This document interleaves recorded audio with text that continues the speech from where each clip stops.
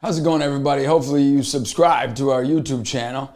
You can subscribe, get us to 1,000 subscribers. We've been growing by a rapid rate, so keep it going. We are so thankful for all you that subscribe, and we hope that you'll like each message and check out other videos more like this on my channel. This message I'm going to be talking about is the theme for this year of the talks that I'll be giving. So if you come to a town where I'm speaking in, I'll be in Los Angeles, I'll be in Baltimore, Maryland, New York City, North Jersey, I'll be in Central Jersey, as well as Ohio, Illinois, the list goes on. We'll be all across the country. Check out one of those talks, but you'll get a sneak preview here. And the message is Encouragement Conquers All. It's actually a book that I'm writing, my 6th book. If you haven't checked out any of my other books, you can go on Amazon and check those out, or you can check out on our website, amazingnation.org. But bottom line is encouragement conquers all. That's the bottom line for this year. When I say the bottom line, at the end all and be all, this is what matters.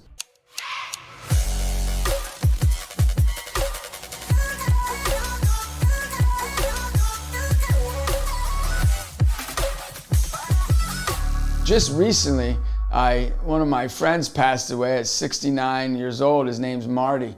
And at that funeral, I remember just sitting there, just crying, thinking like, man, I only have a few more years to live. Now, I've been speaking all across this great nation for over 25 years. You're like, oh, you're young, this and that. No, we're not promised tomorrow. You know what I mean? Like, anybody thinks they can be promised tomorrow, they should actually remember who their God is. And you're not your God, and I'm not my God. I could stop breathing right now. I don't think that would be good, but that I just fall over and croak. But I can tell you, encouragement conquers death. Because as I was at that funeral and I was listening to the stories, thinking about my friend who actually was one of the most encouraging people you'll ever meet. He was in my top 5 most encouraging people that I've ever met, and I've met millions of people. And encouragement conquers death, because what I was thinking about at that funeral was, who have I not encouraged? Who have I discouraged? Who have I led away from God? Who have I not been the best example for?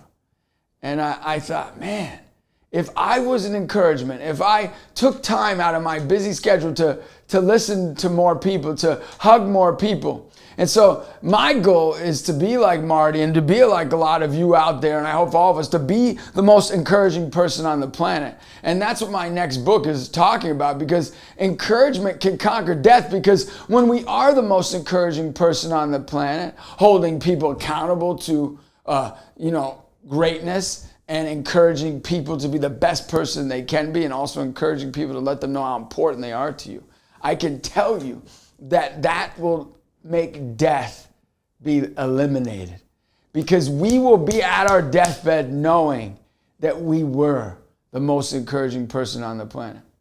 Also, Jesus, his death on the cross shows us this. You see, Jesus was the most encouraging person on the planet, because we deserved sin and death. We did wrong. We made the mistakes. We nailed him to the cross. We hurt him. We denied him. We were the ones that destroyed him. And his death on the cross conquered sin, and it conquered death. And his encouragement to say, I love you just the way you are. I love you so much that whether you change or you don't change, I love you. Whether you're good or bad, I love you. Whether you were the most encouraging person or you weren't, I love you.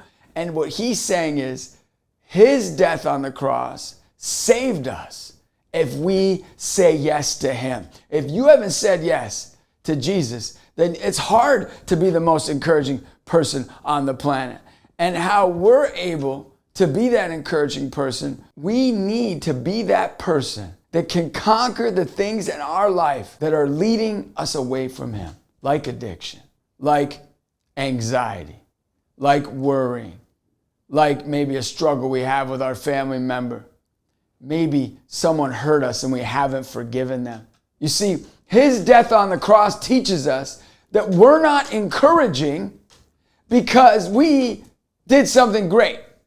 And we're not encouraging because somebody did something great for us. It's not a transactional relationship. Jesus teaches us that he is the most encouraging person on the planet because his death on the cross taught us that he encouraged us despite us. He encouraged us because he loved us despite the mistakes we make. Now, why do we conquer these things and become the most encouraging person on the planet? Because we're loved regardless. You see, no one ever changes because they're loved because someone did something for you. We are loved because we are loved. We are loved because we are made by God, because we were his creation. We are loved despite all of us. Now, why do we have to change? We have to change because guess what? We don't deserve his love. And that's why, to be the most encouraging person on the planet, you don't just encourage somebody that did something for you. You encourage that kid who's bothering you, that kid who hasn't loved you, who said, I hate you, mom and dad, who said, I hate you, brother and sister. You encourage hardcore. And why is encouraging hardcore? It's not fluffy to encourage. You see, Jesus was the most encouraging person on the planet. And how was he the most encouraging person on the planet? What he did was he went through pain and death and suffering. He got destroyed for us. Why? He took it for us so that we would have a better life.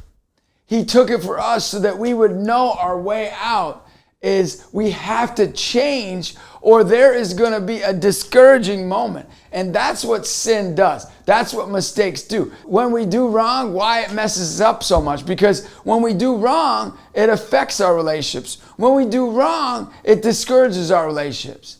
So to be like Jesus, we have to ask him for help. We have to love hardcore because he loved us hardcore. We have to encourage hardcore because he encouraged us hardcore. Now, how does encouragement conquer even our enemies? You see, Deion Sanders, I don't know if you know who he is, but he's become one of my favorite coaches and favorite people. And a lot of people, he's become one of their favorite coaches and favorite people. But he actually has a lot of detractors. He has a lot of people that judge him. He has a lot of people that talk junk about him. He says this statement. He says, you didn't make me, so you can't break me, right? And you didn't build me, so you can't kill me. And so I guess like what he's saying is this, which I really like. You know, you didn't make me because you can't break me, and you didn't build me, so you can't kill me. He's not judging those people who are killing him or striving to break him. What he's saying is, I'm not going to act like you're acting if you're going to try to kill me. I'm not going to hurt you just because you hurt me. I'm not going to make you my enemy just because you decided to be my enemy. What he's saying is, I'm going to encourage, and that's what Christ says, I'm going to encourage despite how you treat me, despite maybe what you think about me. We need to be that person to want to take our enemies out to lunch, because guess what? They are not our God, just like our friends aren't our God. Our God decided to encourage us despite us. We need to encourage others despite them. We need to encourage others despite how they might make us feel or think about ourselves. Because feelings and emotions pass away, but the truth sets us free. And the truth is that we were an enemy to God. The truth is we were the ones that made mistakes. We are the ones that still make mistakes. I always tell people, you're not better than your enemy. And you probably aren't holier than your enemy. And you're probably not closer to Christ than your enemy. So it's our job not to make it worse for our enemy. It's our job to want to spend time with them. And so my dream is to be anybody my enemy out there. I'm like, call me up. If I ever do a video like this and they call me up, I guess I gotta go take them out to lunch or something. But if you're my enemy, I want to take you to lunch. And I want to spend time with you. Because guess what? You didn't make me. And you can't break me. That's the truth. And I love that. You see, something I've been doing, which I believe is an encouragement, is on my Instagram and Facebook every day, or at least every other day, I put on a word of the day. Like today, the word was plan. Plan. Speak plan into people's lives, that God has a plan for somebody. And one time when I went to Panera Bread, I said, God has a plan for your life to this stranger. And this stranger started crying. You see, on Facebook and Instagram, what I'm doing is I'm saying that every day, right? Every day is a day to have a word for that day to speak into somebody that can be like what I would call a prophetic word or an encouraging word. Because encouragement is prophetic. When we share a word with somebody, we're speaking into them goodness. We're speaking into them hope. We're speaking into them love. We're speaking into them patience. And the word for today is plan. He's got a plan for your life. And these words for the day have really, people are, hundreds by hundreds and even thousands and thousands of people are really getting excited about the word for the day. So go check those out.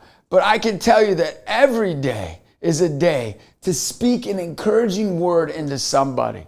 One of my favorite words to speak into people is amazing. You're amazing.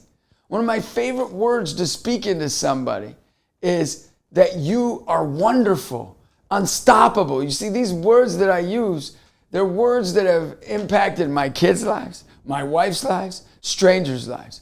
Speak good words into others. And that's what encouragement is. And you don't need to do that because they did something for you. We need to speak words of encouragement because it brings them joy. And who doesn't want joy? Who doesn't want hope? Who doesn't want encouragement? You see, I hope you had a great time on this YouTube video. I hope it encouraged you. I hope it builds you up. And you can find out more YouTube videos like these. You can find more of them on my YouTube channel. If you haven't subscribed, please go subscribe today and you'll be able to find out more encouraging messages. If you haven't followed me on Instagram or Facebook, do that as well. And you can get a word for the day. I promise you, it'll help you. Have a great day. And remember, live one day at a time.